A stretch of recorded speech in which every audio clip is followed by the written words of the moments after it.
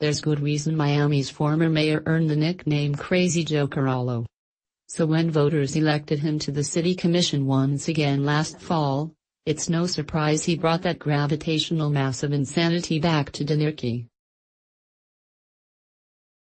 Now Carollo is allegedly harassing his enemies in parking lots at 1:30 in the morning and yelling, "I am the law," when confronted.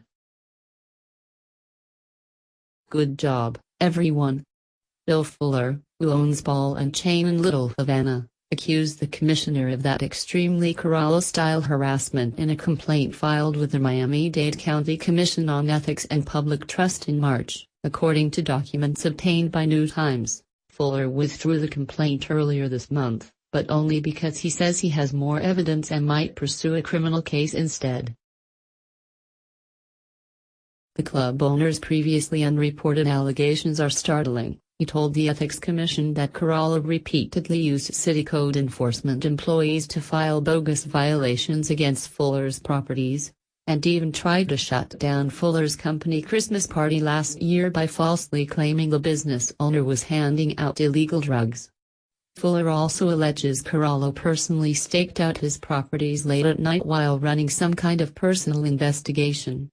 The owner says an employee noticed Carollo casing one of Fuller's valet parking lots in his own car at 1:30 a.m. February 18 while an unidentified woman took photographs. When an employee recognized Carollo and confronted him about what he was doing, the commissioner allegedly responded by hollering, "I am the law." So why would Carollo spend his time harassing the Little Havana entrepreneur and his employees? According to Fuller, Carollo was simply out for revenge because Fuller had publicly supported the commissioner's opponent, Alfie Leon. Neither Fuller nor Carollo responded to New Times' multiple messages seeking comment on the allegations. But in a letter to the Ethics Board this past Monday, Fuller's lawyer says he still stands by the claims. Fuller was withdrawing the complaint only because he thought that it was too narrowly drafted and that, after obtaining more evidence, he's weighing whether further legal action and/or ethical complaints may be brought. Fuller's attorney also notes that Carollo has called the claims bogus and alleged Fuller is making them up to smear him. Either way, the club owner's claims are just the latest in a decades-long history of bizarre allegations against the ex-mayor. Back when he was a cop, Carollo was caught putting a Ku Klux Klan-based joke in the mailbox of his black co-worker. He later tried to open an Asian restaurant called Shogun Joe's. And, in 2001, he was arrested for throwing a hard object at his wife's head. Since returning to City Hall in last fall's elections, Carollo has made a racist joke directed at Miami's first Asian American commissioner and harassed a city critic during a commission meeting. He was also reportedly under investigation for allegedly using city funds to back his favored candidate for a county commission bid, and then firing the staffer who reported him. Carollo's ongoing spat with Fuller has been an open secret at City Hall for months, especially since local blogger Al Crespo wrote about Fuller's odd appearance at City Hall in June to fight code complaints that had been filed against a small outdoor market on one of his properties. But the full details of Carollo's alleged vendetta against Fuller are peak Crazy Joe weirdness. Fuller claims the ordeal began when he helped Leon, Carollo's commission opponent, hold a campaign event last November 18. Around 1 p.m., Fuller says, Carollo's chief of staff, Steve Miro, surreptitiously showed up and began taking pictures of the event. At 2 p.m., Miami code enforcement employees arrived and tried to shut the rally down. Fuller's team says it later confirmed with the city of Miami and through documents that Carollo and his allies had called in the code compliance complaints. Fuller's company, the Burlington Group, then held its annual Christmas party December 15 at the Tower Hotel in Little Havana. Around 9 p.m., Fuller says, a code enforcement officer showed up at the party and claimed a neighbor had called to complain. At 1 a.m., Fuller received a call from his property manager, who said code enforcement had called again. When Fuller called to speak with the officer, he says, the cop explained that a local union rep aligned with Carollo had called to report Fuller was falsely distributing illegal drugs to guests. Then, Fuller alleges, former Assistant City Manager Albert Parges, another Carollo ally, instructed code enforcement to begin filing complaints against Fuller's properties. After Fuller's team asked Parges why the city suddenly began targeting Ball and Chain, Parges allegedly told Fuller he wanted to give the club owner a hard time. In February, things became truly Carollo-level nuts. Fuller says attendants at a valet parking lot affiliated with one of his properties noticed a car idling outside at 1:30 the morning of February 18. By day, the Saints Peter and Paul Orthodox Church used the lot. By night, a company called SH Valet parked cars there for Ball and Chain.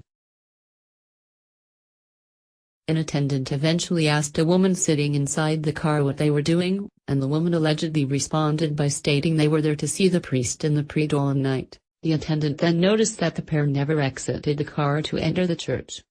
When the employee approached the car again, he noticed the woman snapping photos. The attendant told the woman to stop. That's when Carollo exited the car, Fuller says, whipped out a City of Miami badge, and said the lot was under official investigation. SH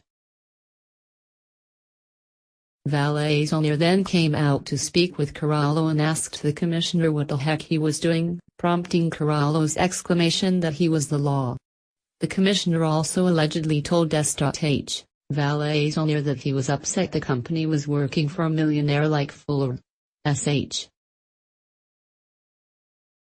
Valet's owner then asked Carollo to leave, and he did so, but not before saying the parking operative would see the results of the commissioner's official investigation soon. That same month, a film crew began working at Ball and Chain. Code enforcement arrived to ask the film crew what they were doing. The officers left after reviewing the film company's permits. Fuller says things continued getting worse. In March, he says, the city suddenly revoked SH Valet's permit to park cars for Ball and Chain even though Fuller said the arrangement had existed for 3 years without any complaints. When Fuller's team asked why, the city said Carollo had reported the lot was not to code. At 11:43 p.m.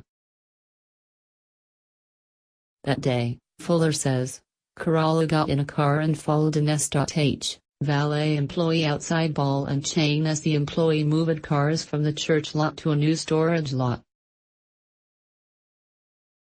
Fuller says he photographed Carollo sitting outside the club in his car. Scroll to the bottom of this story to see the alleged photograph. After Carollo succeeded in shutting Ball and Chain's lot down, patrons hated the newer lot so much that Fuller's company had to issue refunds. In his legal filing with the Ethics Commission Monday, Fuller's lawyer says that their investigation into Carollo's alleged actions has turned up more evidence and that, if Carollo doesn't let up on his alleged vendetta, Fuller's camp might pursue criminal charges against Loco Joe. It is certainly my client's hope that Mr. Carollo will accept the good faith withdrawal, in hopes that both parties can coexist without the ongoing issues my client and his entities have been subjected to by Mr. Carollo, Fuller's lawyer wrote.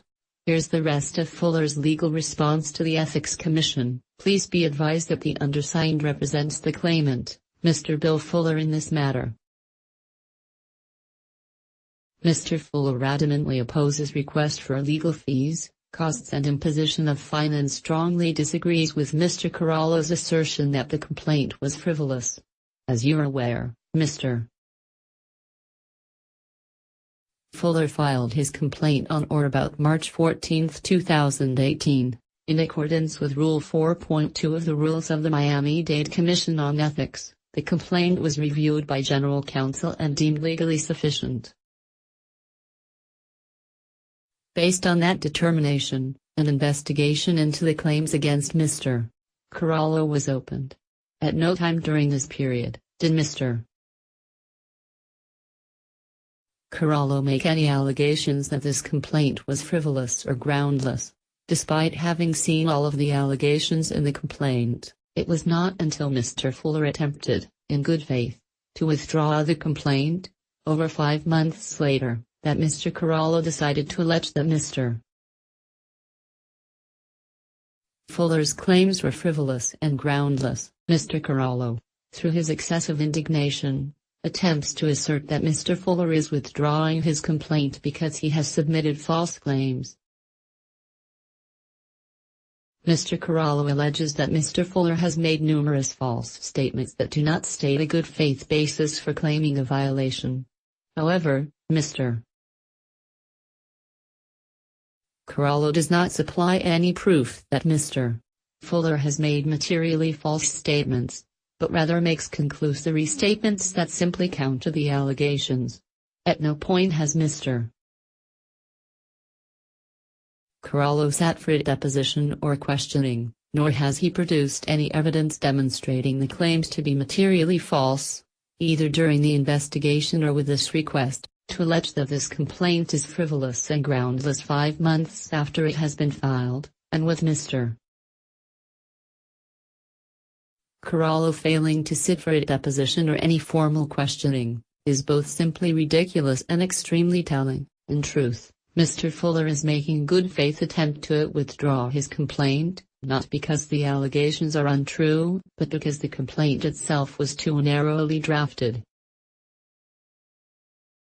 Mr. Fuller and his legal counsel believe that, based on the evidence produced by the complaint, combined with a preponderance of other evidence our team has uncovered, further legal action and/or ethical complaints may be brought. It will be solely up to my client if he chooses to opt for further legal actions, and seek any and all remedies available. It is certainly my client's hope that Mr. Carollo will accept the good faith withdrawal, in hopes that both parties can coexist without the ongoing issues my client and his entities have been subjected to by Mr. Carollo. Update: Here's an image of Carollo allegedly bothering ball and chain workers in a private car around midnight last March. Expand courtesy of Miami-Dade County Commission on Ethics and Public Trust.